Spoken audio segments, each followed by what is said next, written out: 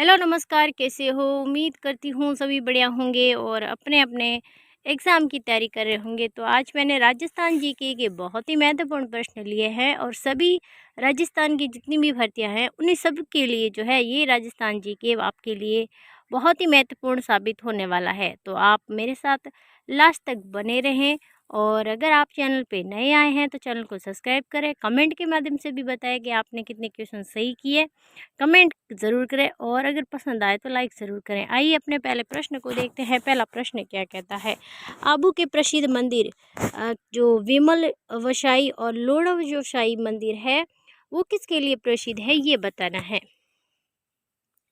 तो ये जो आपके मंदिर है ये आबू के प्रसिद्ध मंदिर है और आबू आप सभी को पता है सिरोही जिले में स्थित है। कहाँ स्थित है? सिरोही में, जहाँ गुरु सीकर स्थित है। ठीक है ना। सबसे ऊंची चोटी अरावली का विस्तार भी यहाँ सबसे ज़्यादा है, ये भी ध्यान रखना है। तो आप को पता होना चाहिए कि आबू के जो प्रसिद्ध मंदिर है वो जैन संप्रदाय से जो जो समुदाय प्रसिद्ध जो मंदिर है, इसके लिए जो जैन मंदिर है उनके लिए प्रसिद्ध ये विमलशाही व लूणशाही मंदिर हो जाएंगे। ये आपको ध्यान रखना है। आइए अपने अगले प्रश्न को देखते हैं। प्रश्न बड़ा अच्छा है कि 10वीं शताब्दी का प्रसिद्ध अंबिका माता जो मंदिर है वो आपको बताना है कहाँ स्थित है। तो ये प्रसिद्ध मंदिर आप सभी को पता है जगत गांव जो है वहाँ पर उदयपुर में स्थित है। कहाँ स्थित है? उदयपुर जिले में जो है ये आपके अंबिका माता मंदिर स्थित है, ध्यान रखना है। आइए अगले प्रश्न को देखते हैं। प्रश्न क्या कहता है? किस स्थान पर मेड़तनी जी की बावड़ी स्थित है? बहुत ही अच्छा प्रश्न है। देखो आजकल है ना प्रश्न जो है ऐसे ही आने लग गए हैं जो कि थोड़े से मीडियम लेवल और थोड़े से हार्ड लेवल के। तो आजकल पहले जैसा दौर रहा नहीं है, तो बहुत डिफ़िकल्ट से प्रश्न आते हैं। तो आप सभी को राजस्थान की एक-एक चीज़ पता होनी चाहिए। तो मेड़तनी जी की बावड़ी आपके कहाँ स्थित है? झुंझुनू में स्थित है। कहाँ स्थित है? झुंझुनू में स्थित है आपके मेड़तनी जी की बावड़ी, ठीक है। अगला प्रश्न है, रानी जी की बावड़ी कहाँ स्थित है? बड़ा ही अच्छा प्रश्न है और ये तो प्रश्न कई बार पूछा जाता है, वैसा प्रश्न है। तो ये आपके बावड़ी हो जाएगी बूंदी में। बावड़ियों का शहर बूंदी है ना, तो वहाँ पर स्थित हो जाएगी रानी जी की बावड़ी। आइए अगले प्रश्न को देखते हैं। प्रश्न क्या कहता है? प्रश्न है आपके प्रसिद्ध 9 मंजिला नीमराणा की जो बावड़ी है ये कहाँ स्थित है? नीमराणा आप सभी को पता है कहाँ स्थित है। तो ये आपके अलवर में स्थित है। अलवर में, तो अलवर अगर वहाँ पे है तो आपकी जो बावड़ी भी वहीं हो जाएगी। ऑप्शन द सही हो जाएगा। अगले प्रश्न को देखते हैं। प्रश्न क्या कहता है? निम्नलिखित में से किस स्थान पर मंदाकिनी कुंड स्थित है, ये बताना है। तो मंदाकिनी कुंड कहाँ स्थित है ये बताना है। तो ये आपके कहाँ स्थित है ये बताना है। तो ये स्थित है आपके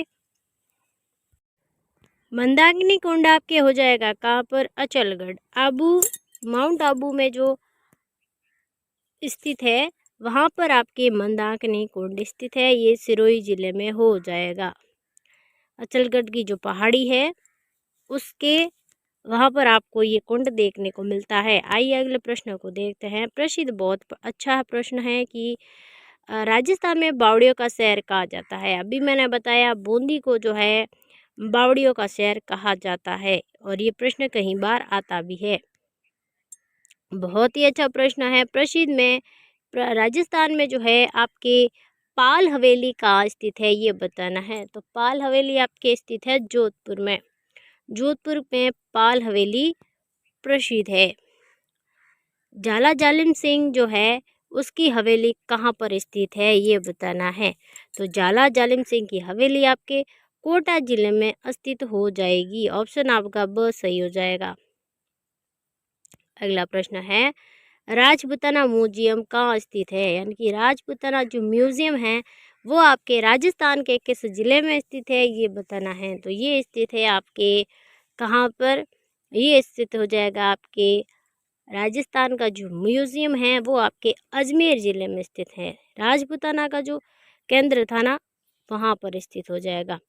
अगला प्रश्न है कि प्रसिद्ध ईसरदा मोदी की हवेली कहाँ स्थित है? बड़ा ही अच्छा प्रश्न है और बहुत ही महत्वपूर्ण प्रश्न है। तो ये हो जाएगा आपके झुंझुनू जिले में। कहाँ हो जाएगा? झुंझुनू जिले में जो है प्रसिद्ध ईसरदास मोदी जी की हवेली स्थित है।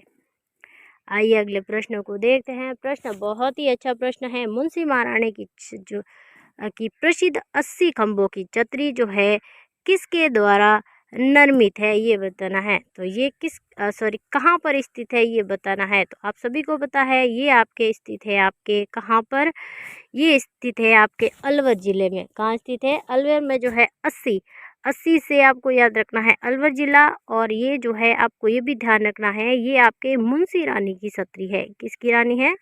मुंशी रानी की छतरी है, ध्यान रखना है।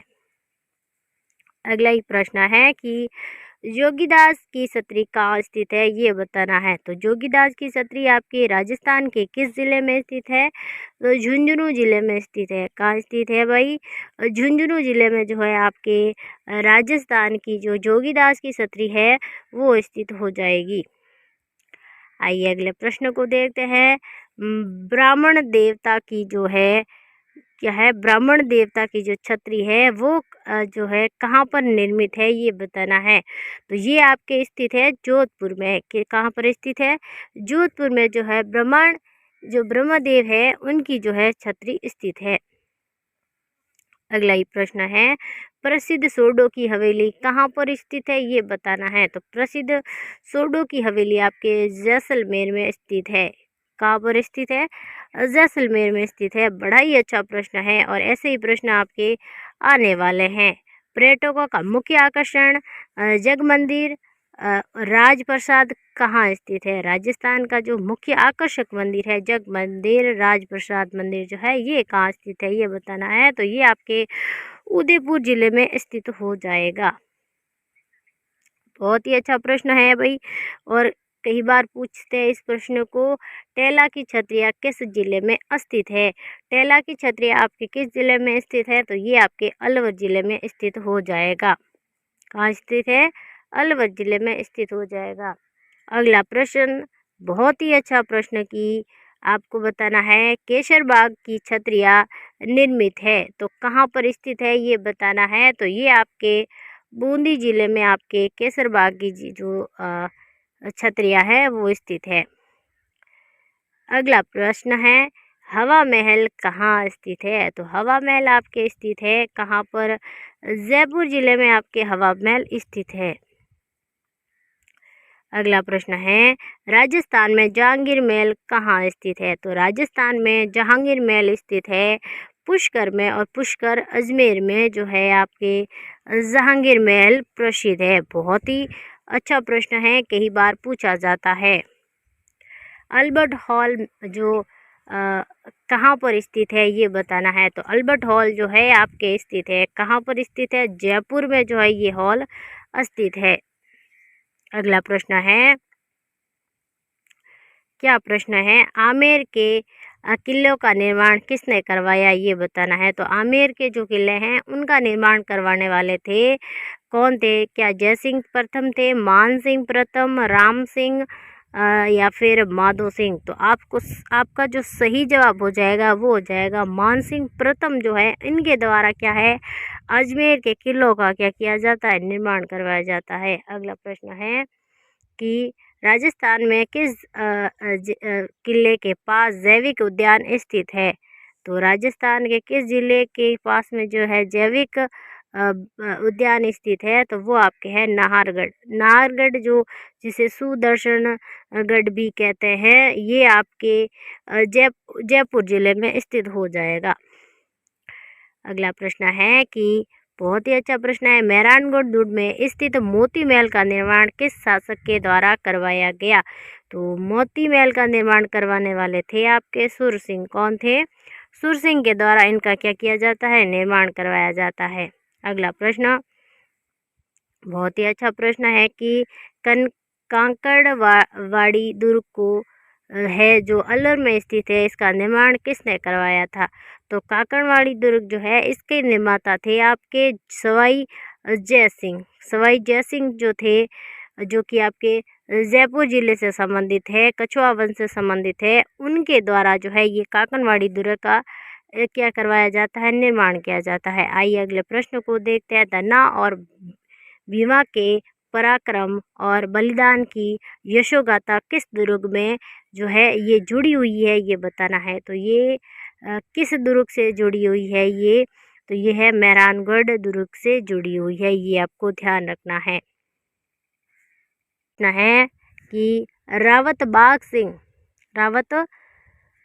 सिंह का दुर्ग किस जिले में, जो किस दुर्ग से था। जो रावत